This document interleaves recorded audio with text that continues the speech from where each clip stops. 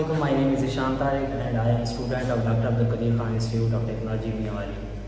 अस्सलाम वालेकुम। मैं हूं Mohammad Sama Ashraf, student of doctor Abdul Qadeer Khan institute of technology Mianwali. आज हमारे साथ मौजूद है मैकेनिकल इंजीनियर मिस्टर ज़ीशान साहब। हम उन्हें बुलाएंगे अपने पास और थोड़ा सा इंट्रोडक्शन देंगे उनके बाद। आज हम अपनी ही लैब में मौजूद हैं और सर से जानना चाहेंगे अपनी लैब के बारे में। मैकेनिकल में मौजूद हैं सर। अस्सलाम वालेकुम, thank you so much for having me। हाँ सर, थोड़ा सा इंट्रोडक्शन। जी, मेरा नाम ज़ीशान है। मैं एक मैकेनिकल इंजीनियर हूँ। यूट टेक्सास से मैंने ग्रेजुएशन की थी और मास्टर मैंने यूनिवर्सिटी ऑफ सरगोदा में किया है। मास्टर के बाद मैंने थोड़ा सा वर्क यूनिवर्सिटी ऑफ सरगोदा में टीचिंग की है। फिर मैं 2015 में यहाँ पर आ गया और उस वक्त से लेकर अब तक मैं यहीं पर हूँ।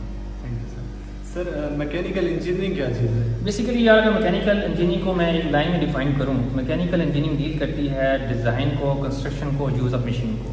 और एक मैकेनिकल जो इंजीनियर होता है वो बेसिकली फिज़िक्स, मैथ और मटेरियल साइंस को यूज़ करते हुए डिज़ाइन से लेकर फैब्रिकेशन तक जितने भी प्रोसेस होते हैं उसको कंप्लीट करता है। सर थर्मोडायनामिक की एप्लीकेशन कहाँ? अगर थर्मोडायनामिक्स को आप देखें तो थर्मोडायनामिक्स का मतलब होता है, थर्मो का मतलब होता है हीट और डायनामिक का मतलब होता है मूवमेंट। सो उससे हम कह सकते हैं कि मूवमेंट ऑफ हीट। और थर्मोडायनामिक्स बेसिकली डील करती है एनर्जी और वर्क, कि किस तरह से एनर्जी और वर्क आपस में ट्रांसफर होते हैं, या कि एक एनर्जी दूसरी एनर्जी में किस तरह से ट्रांसफर होती है।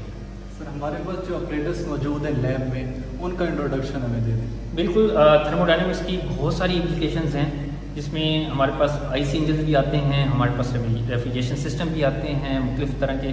हमारे पास जो ऑटोमोबाइल इंडस्ट्रीज़ में जितनी भी हमारी व्हीकल्स यूज़ हो रही हैं वो सारी की सारी थर्मोडायनामिक्स में आती हैं। तो आज मैं आपको विजिट करवाता हूँ थर्मोडायनामिक्स लैब का। इसमें सबसे पहले हमारे पास जो ऑपरेटर्स हम लोग यहाँ पे यूज़ कर रहे हैं वो हमारे पास है जी ओपन सर्किट रेफ्रिजरेशन सिस्टम।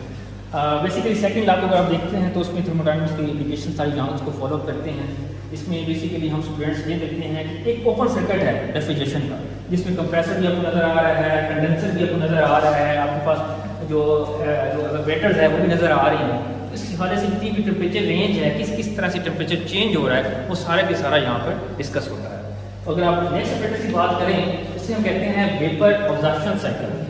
इसमें और उसमें फ़र्क ये है कि उसमें एक कंप्रेसर होता है, इसमें कंप्रेसर नहीं होता। इसमें हम बेसिकली ऑब्जर्वर वेसल को यूज़ करते हैं।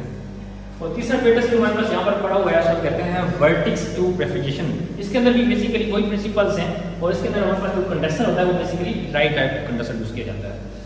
बाकी ये हमारे पास एक ओपन एसी पड़ा हुआ है, जैसे स्टूडेंट्स बेसिकली इसमें सीखते हैं कि एसी के अंदर कौन कौन से कंपोनेंट्स होते हैं। इसी तरह हमारे पास जो कंप्रेसर है वो हमारे पास है, और कंप्रेसर के अंदर जो चीज़ें होती हैं वो किस तरह से वर्किंग करती है। तो आगे चलते हैं तो हमारे पास जो बेसिकली चीज़ आती है उसे कहते हैं कूलिंग टावर। यहाँ पर भी अब थर्मोडायनामिक्स की एप्लीकेशन अप्लाई हो रही है, बेसिकली हीट को ट्रांसफर किया जा रहा है। तो उसमें बेसिकली ये हमारे पास एक हॉट वाटर टैंक होता है, वहाँ से हम एयर को पास करते हैं। तो जैसे ही एयर यहाँ से पास होकर आती है तो फिर एयर को हम ठंडा करते हैं, तो इसलिए इसका नाम हम कूलिंग टावर रखते हैं। आगे चलते हैं, आगे चलने के बाद हमारे पास आता है कि हीट एक्सचेंजर। बेसिकली ये जो हीट एक्सचेंजर ये कंसेंट्रेटेड हीट एक्सचेंजर है। इसमें क्या होता है कि हमारे पास जो हॉट वाटर होता है एक तरफ पास करता है, एक तरफ कोल्ड वाटर पास करता है, और जब आपस में क्रॉस होते हैं इनमें तो जो हीट है वो हॉट से कोल्ड में ट्रांसफर हो जाती है। आगे चलने के बाद हमारे पास आता है कि change of state of gas operators. इसमें हम ये देखते हैं कि गैसेस अपना जो फेज है वो किस तरीके से चेंज करती हैं, तो ये भी थर्मोडायनामिक्स की एप्लीकेशन में आती है। आगे चलते हैं तो हमारे पास ये लैगिंग ऑपरेटर्स आता है, या इस ऑपरेटर्स के अंदर बेसिकली हमें बड़ी अच्छी इंफॉर्मेशन मिलती है कि अगर हम मटेरियल को लैग कर दें तो उसके टेम्परेचर पे क्या फ़र्क पड़ता है हीट पास करने के बाद, और अगर अनलैग कर दें तो उस पर क्या फ़र्क पड़ता है। अगर आप देखें इस ऑपरेटर्स में तो कुछ ऑपरेटर्स हमने यहाँ पर इसको लैग किया हुआ है, ये आपको नज़र आ रहा है। ये डिफरेंट मटेरियल के पाइप हैं, कुछ एल्युमिनियम का है, कुछ स्टील के हैं, कुछ कॉपर के पाइप हैं। होता क्या है कि इन पाइप के अंदर हम स्टीम को फ्लो करेंगे, तो स्टीम को फ्लो करेंगे, यहाँ जो अनलैग पाइप होगा उनका टेम्परेचर डिफरेंट होगा, जो लैग पाइप होगा उनका टेम्परेचर डिफरेंट होगा, जिससे हमें ये अंदाज़ा होता है कि अगर मटेरियल को कवर करने से या उसको हम पैक करने से उसकी जो टेम्परेचर रेंज है उस पर कितना फ़र्क पड़ता है। आगे चलते हैं तो हमारे पास सबमर्सिबल बॉयलर आता है जो कि गैर लॉसिक लॉ को हम फॉलो करते हैं, pressure is directly proportional to temperature. हम जैसे जैसे प्रेशर को बढ़ाते हैं वैसे वैसे टेम्परेचर बढ़ता है। तो ये इसको चेक करने का बेस्ट ऑपरेटर्स है। अब थर्मोडायनेमिक्स की एप्लीकेशन यहाँ पे आ गई है बॉयलर में। आप पूछे तो बॉयलर की एप्लीकेशन, थर्मोडायनेमिक्स की एप्लीकेशन कहाँ पर है, तो ये देखिए बॉयलर है। बॉयलर बेस्ट एग्जाम्पल है, ये भी हीट को ट्रांसफर करता है। क्या होता है, इसके अंदर वाटर होता है, जैसे वाटर को हीट मिलती है वाटर स्टीम में कन्वर्ट होना शुरू होता है। आहिस्ता आहिस्ता जब उसकी टेम्परेचर रेंज पूरी हो जाती है तो वो स्टीम में कन्वर्ट कर देता है। और फिर हम यहाँ से डायरेक्ट रीडिंग दे सकते हैं, यहाँ पर हम प्रेशर की रीडिंग देते हैं और यहाँ पर हम टेम्परेचर की रीडिंग देते हैं, और देखते हैं कि जैसे जैसे प्रेशर चेंज होता है वैसे वैसे टेम्परेचर पर क्या फ़र्क पड़ता है। इसी तरह हमारे पास डेड वेट टेस्टर है, बेसिकली ये पास्कल लॉ को फॉलो करता है। जैसे जैसे हम वेट इसके ऊपर लगाते हैं तो उसकी जो प्रेशर है उसमें फ़र्क चेंज आता है। तो इस प्रेशर को हम फिर थ्योरेटिकल प्रेशर के साथ कंपेयर कर देते हैं। देन हमारे पास आता है ये टेम्परेचर मेजरमेंट बेंच।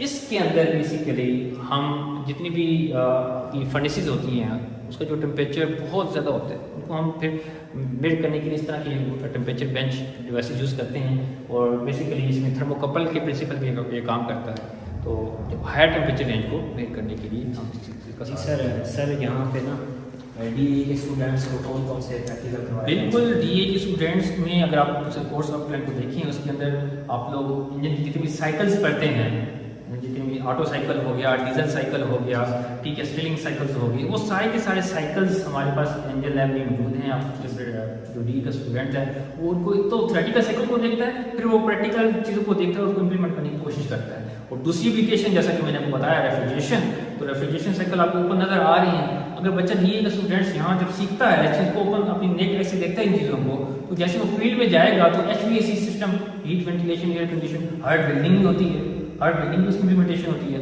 तो वहाँ अगर उसको आइडिया होगा रेफ्रिजरेशन सिस्टम का तो बड़ी लकी हैं हम लोग कि हम ऐसे कॉलेज में हैं जहाँ पर इतनी अच्छी और वेल एस्टेब्लिश लैब है और इतना अच्छा प्रैक्टिस, आप यकीन मानिए इतना अच्छा प्रैक्टिस हमारी यूनिवर्सिटी में नहीं था जो आप लोग मेरे साथ देख कर आए हैं।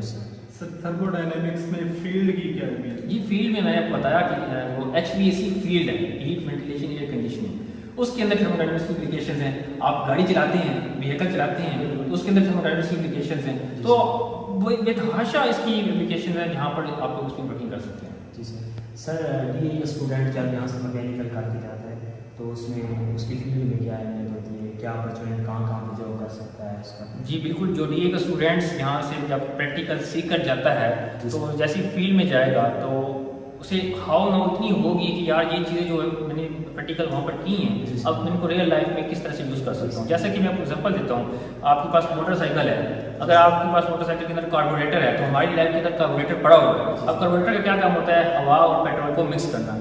जब वो बच्चा देखता है कि यार ये कार्बोरेटर इस तरह से वर्किंग कर रहा है तो वो घर जाकर अपने मोटरसाइकिल का कार्बोरेटर खोल कर उसे खुद सेटिंग कर सकता है। छोटी सी एग्जांपल दे रहा हूँ। इसी तरह और भी बहुत सारी चीज़ें हैं जिसमें आपके पास AC आ गया, रेफ्रिजरेशन सिस्टम आ गई जहाँ पर थर्मोडायनेमिक्स की एप्लीकेशन आती है, वो बच्चे वहाँ पर इंडस्ट्री में काम कर सकते हैं। हमारे पास पहले इंडस्ट्री है, हमारे पास पाकिस्तान में बेताशा इंडस्ट्रीज हैं, डॉलर्स हो गई जो वर्किंग कर रही है, वहाँ पर DA के स्टूडेंट आसानी से जॉब हासिल कर सकते हैं। इसी तरह रावी इंडस्ट्रीज है जहाँ पर आप बाइक वगैरह जितने भी बाइक वगैरह बनते हैं वहाँ पर जॉब की अपॉर्चुनिटी मिल सकती है थर्मोडायनेमिक्स के हवाले से। सर मैं आपसे एक क्वेश्चन और करना चाहूँगा सर, अगर स्टूडेंट जॉब के अलावा स्टडी करना चाहते हैं तो डिप्लोमा के बाद स्टडी में उसकी क्या हेल्प होगी? बिल्कुल, अगर आप जो सब्जेक्ट्स डिप्लोमा में पढ़ते हैं जैसे थर्मोडायनेमिक्स हो गया, मशीन डिज़ाइन हो गया, यही सब्जेक्ट आगे जाकर इंजीनियरिंग में वैसी पैमाने पर पढ़ाए जाते हैं। जी सर, मतलब उसकी जो एप्लीकेशंस हैं, उसके डिज़ाइन फीचर्स हैं, वो सारे के सारे आगे जाके डिस्कस होते हैं। तो बड़ी इंपॉर्टेंट है बाकी जो अच्छे तरीके से इसको DA स्टूडेंट्स को पढ़ते हैं, ना सिर्फ थ्योरेटिकली बल्कि प्रैक्टिकली इस चीज़ को समझने की कोशिश करते हैं, तो फ्यूचर में जाकर अगर वो BSc इंजीनियरिंग कर सकते हैं, BSc इंजीनियरिंग टेक्नोलॉजी कर सकते हैं और वहाँ पर इन्हीं courses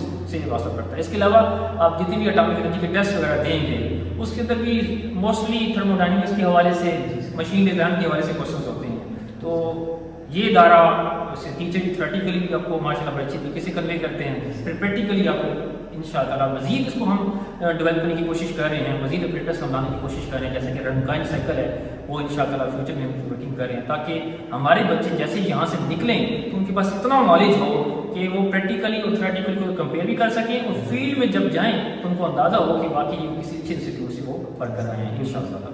thank you sir. Thank you so much. अल्लाह हाफिज़।